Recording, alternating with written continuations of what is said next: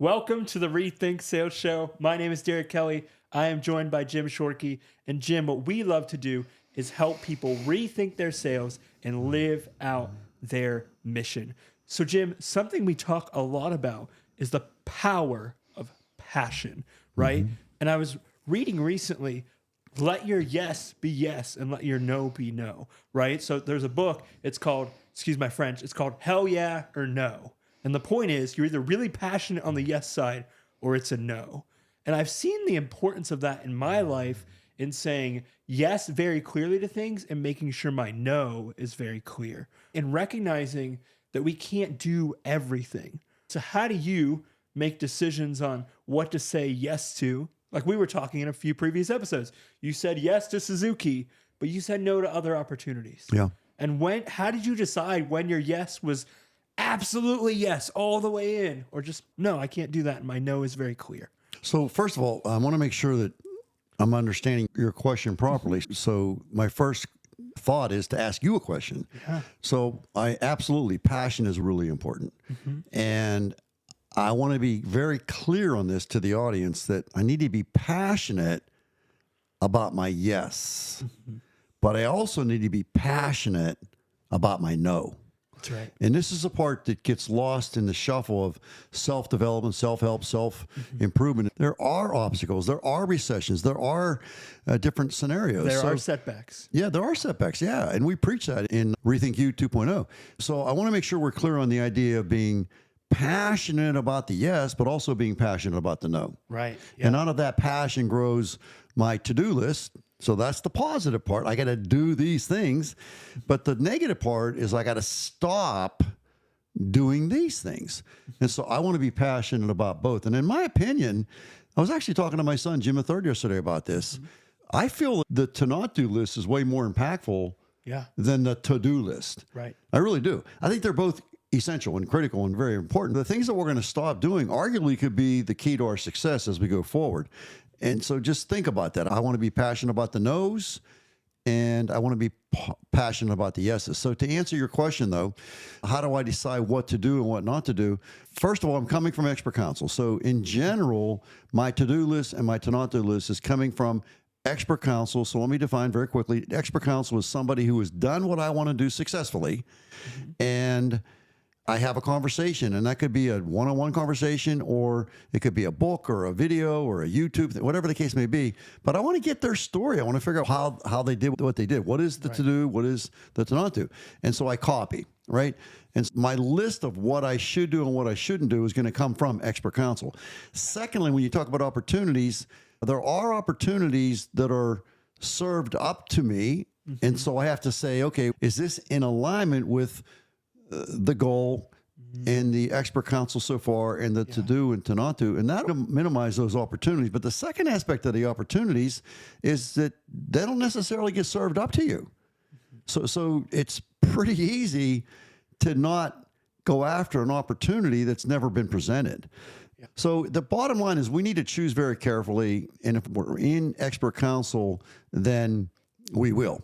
And as far as doing too many things at one time, that is a recipe for disaster. Yes. And so expert counsel is going to tell you that. You need to home in on the one or two things that are going to be the most impactful, and let's work on those. And that's where in the process or the program or the self-development course that Derek Kelly and myself and Chuck Bellina and Steve Gardner and the whole team has developed this idea that it's in there, and it's a blueprint for success.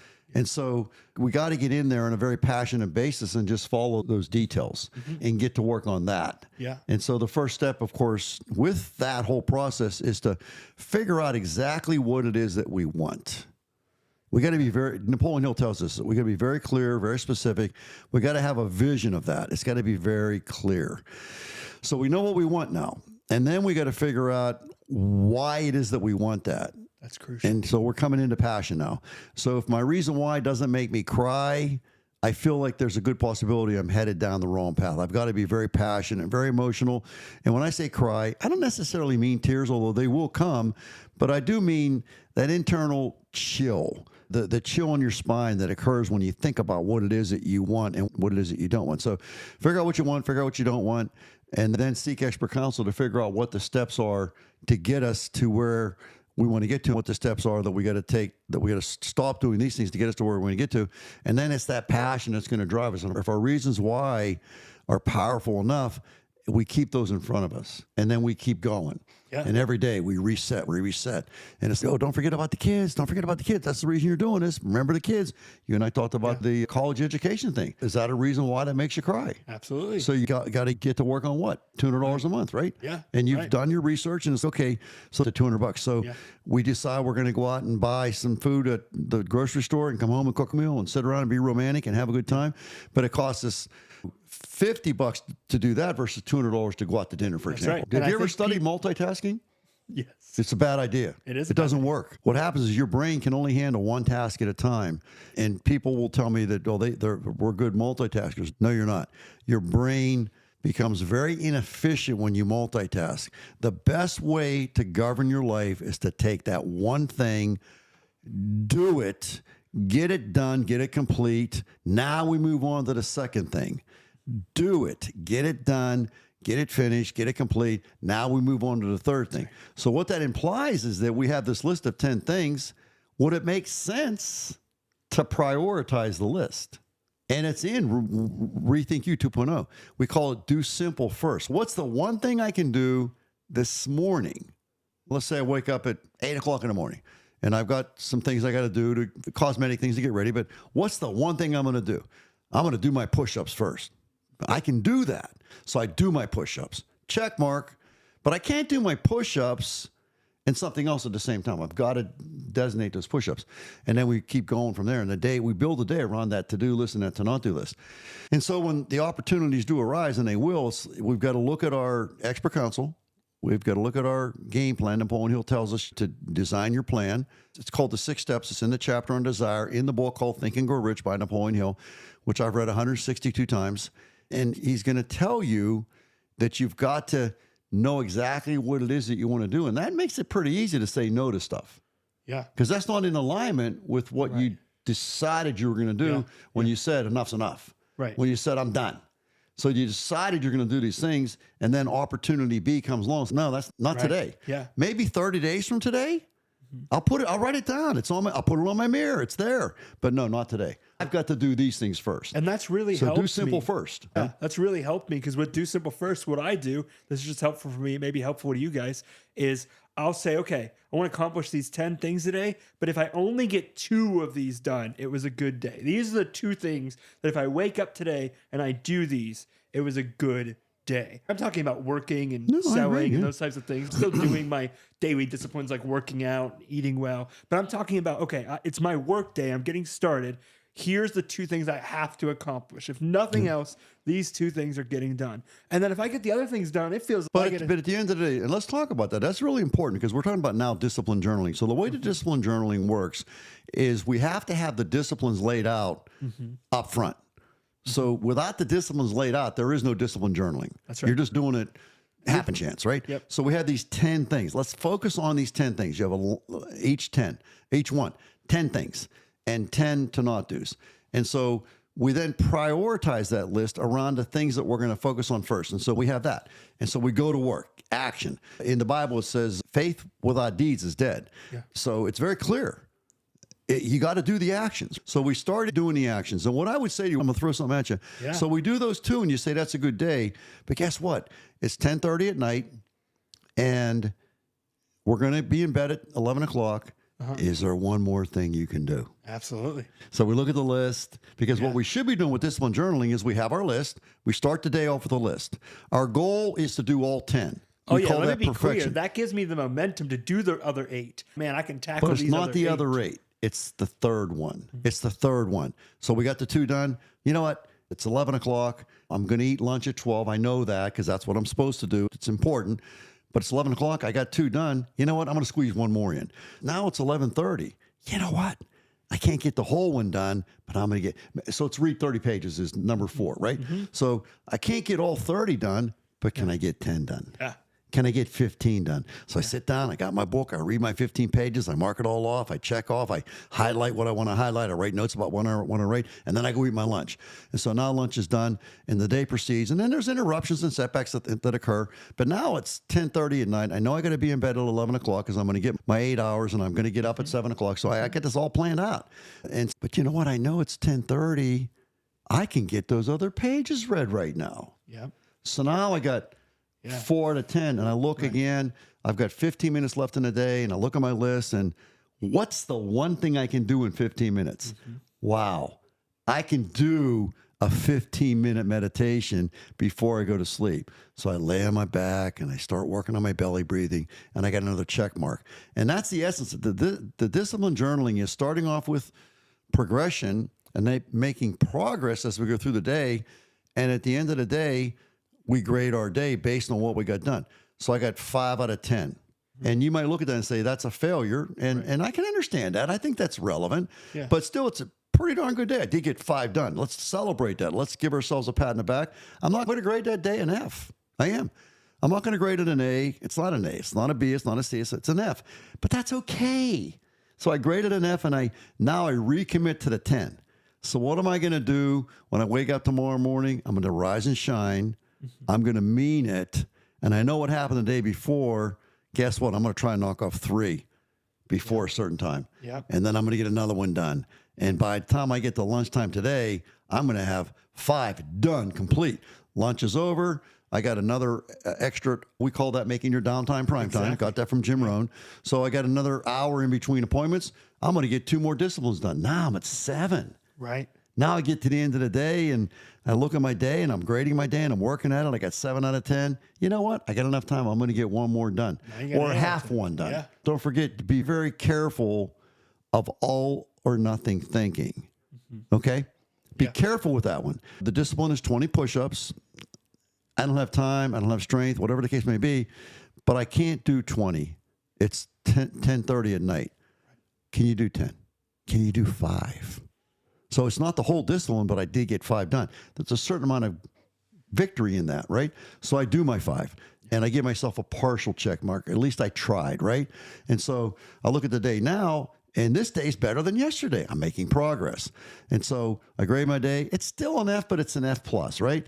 So I end my day. I recommit to rise and shine. I'm going to do all these disciplines tomorrow, and I keep working at it. And eventually, I get to where I have a B. Now, a B would be 8 out of 10. Right. An A would be 9 out of 10. You see what I'm saying? Yeah. So we keep working. The discipline journaling is not a day thing. It's a week by week thing. It's not a day thing. It's a month by month thing. If we keep working at it, see, the brain doesn't like the gaps. Your brain does not like to look at that discipline. This is what you're missing. Your brain does not like 7 out of 10. Your brain, it's like you go for a walk. Now think about this. You go for a walk and someone will walk to the stop sign and back. And so you do that. Victory, right? And the next day you walk to the stop sign and back. Victory.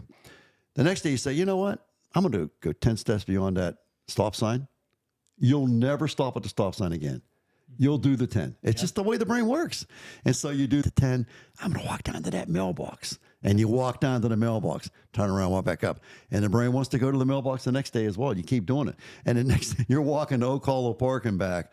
And that's what it seems like. It's magical and that it happens so fast. It really doesn't. It happens on a gradual basis. Right. But be careful with the all or nothing thinking. What's better? No push-ups or 5 push-ups? 5 push-ups. Of course, 20's better. But 5, okay, so we got our 5 done. Tomorrow we're going to go for 6. Then we're going to go for 7. Jim Rohn says, you can't pay somebody else to do your push-ups. No. You got to do them yourself. Yeah. And maybe you can only do 5, and the goal's 20 because that's what expert counsel told you. But you can only get 5 done. So you get them done. And then one day you get 6. You get it done, and now you're at 6, and you won't go back. And then you're at 7. Right. And then Jim Rohn talks about that, like, 20? I thought you could only do 5. Now you're at 20. It feels so good. Yeah. Does that make sense? Yeah, and you're talking about it so true, guys, because you're hearing it. You need to know your reason why, and out of that develops that passion. And out of that develops seeking expert counsel. Okay, this is what I want to do. Help me figure out a plan to get there. And out of that becomes the execution of the not just daily, but weekly, monthly, yearly disciplines Yep. that end up moving the needle. You don't see it in the short term, No, you don't. but you see it when you look back and go, whoa. Exactly. And Napoleon Hill talks about the secret in the book Think and Grow Rich, and very few people get this. The secret to this is my opinion, the secret to the book Think and Grow Rich is me convincing me that I can. And Napoleon Hill tells us that desire by faith knows no such word as impossible. For me, being bankruptcy imminent, it sure seemed impossible. For me, having a stroke and 3 brain bleeds, it sure seemed impossible. But I'm so convinced now, because of what I've been through in my business life and whatnot, that this will, in fact, work. So it's not a question of anything other than I know it works. So I'm doing exactly what I did in that process, and in the process of building the Jim Shorkey Family Honor Group. I'm doing that to rebuild my body around 100% stroke recovery. But if you want to Google this, I would encourage you to do this. And Napoleon Hill, you can actually see, hear, witness Napoleon Hill talking about the secret in the book Think and Grow Rich. And I'll tell you what it is. I'm going to give it to you right now. And I don't like his words necessarily, so I changed the words. I believe when you have a goal, you have to have and he tells us this, by the way, but in this part he doesn't, it's not real clear. The idea is you have to have a very clear vision of what that goal is. What does the boat look like? How long is it? How big is it? How fast is it? What model is it? Do you have pictures? Do you have diagrams? Whatever that goal is, you got to be very clear and very specific and keep it in front of you at all times. That's the secret to the book of Think and Grow Rich. I must take control of my own mind, and I must direct my own mind to ends of my own choosing. Now, I don't like the word mind. It's too nebulous to me. I want to have a very clear image of what this is. So that's why I changed it to brain. And Chuck and I talked about this at great length. I said, Chuck, what does the mind look like? What is it? I don't know what it looks like. We can talk about the subconscious mind, all the different things. What does it look like? I have no vision of that. But when I talk about my brain, I can see that. I can see the folds in it. I think we all know what it looks like. I can see the spinal cord connecting to the brain at the base of the brain. I can see the different lobes. I can see all the folds in the brain. So if you dial up the word brain, I guarantee you'll see an image. If you dial up the word mind, you will not see an image. It's not there because there is no image of the mind. So I changed it. Chuck and I changed it to, so this is my secret to success. I can't make this up. I'm not. This is what I do. This is how I did it. Yeah. So what are the ends of my own choosing? And again, you won't get it. Nobody's going to get this one. When I say, what are the ends of my own choosing, I guarantee you're thinking about your goals. Yep. Wrong. Nope. I want you to think about your to-do list. I want you to think about your to-not-do list. Those are the ends of my own choosing that are going to get you to the goal. Keep the goal in front of you. Put the mirror on the wall. Put the picture on the mirror on the wall, whatever. Get it in front of you. But focus on the disciplines. Hence, discipline journaling. It's discipline journaling. And if you get expert counsel and you get the right list, the goal doesn't matter anymore. See, Jim Rohn said, it's not the goal. It's not the goal. It's what you become. Yes, in the process. Yeah. And he said, if you did win $1 million, what's the first thing you do? Do you remember this, Derek? If you don't know, just say, I don't know. I don't know. If you won $1 million, the first thing you must do is you must become a millionaire. Wait a second. I'm already a millionaire. I got $1 million. No, you're not. No, it's No, the you're identity piece. It's You're not. You have $1 million, yes, but you have to become a millionaire. And then he followed it up with these really crucial words. You can look it up. You'll see him. You'll hear him say it. If you want $1 million, the first step is to become a millionaire. That's what he says. So you want to talk about facts? You want to talk about statistics? You want to talk about money? Do you understand that people that win the lottery end up bankrupt? 33%, that's a pretty big freaking number. How could 30% of the people end up bankrupt within 3 to 5 years? I would say that warrants caution to the wind. Yeah. You know, I don't want to be part of that 30%. So what did they do versus what did the others do? And that's back to expert counsel. So if I did, I'd say what people have been successful at winning the lottery. I'd want to talk to them people. There maybe is a book out there about it. Right. I won $1 million. Here's what I did. Probably the first thing you should do Stop playing the lottery. The millionaires don't play the lottery. Right. They just Sure. don't. They don't. But you got lucky. You won. Thank you for sharing about how passion and your why play into this, but also how disciplines actually matter way more. And let's be passionate about the no. Yeah. Let's be every bit as passionate about the no as we are about the yes. Yes. Because the no can be devastating. Great. Okay? Thank you guys. We'll Pleasure. see you Pleasure. in the next episode.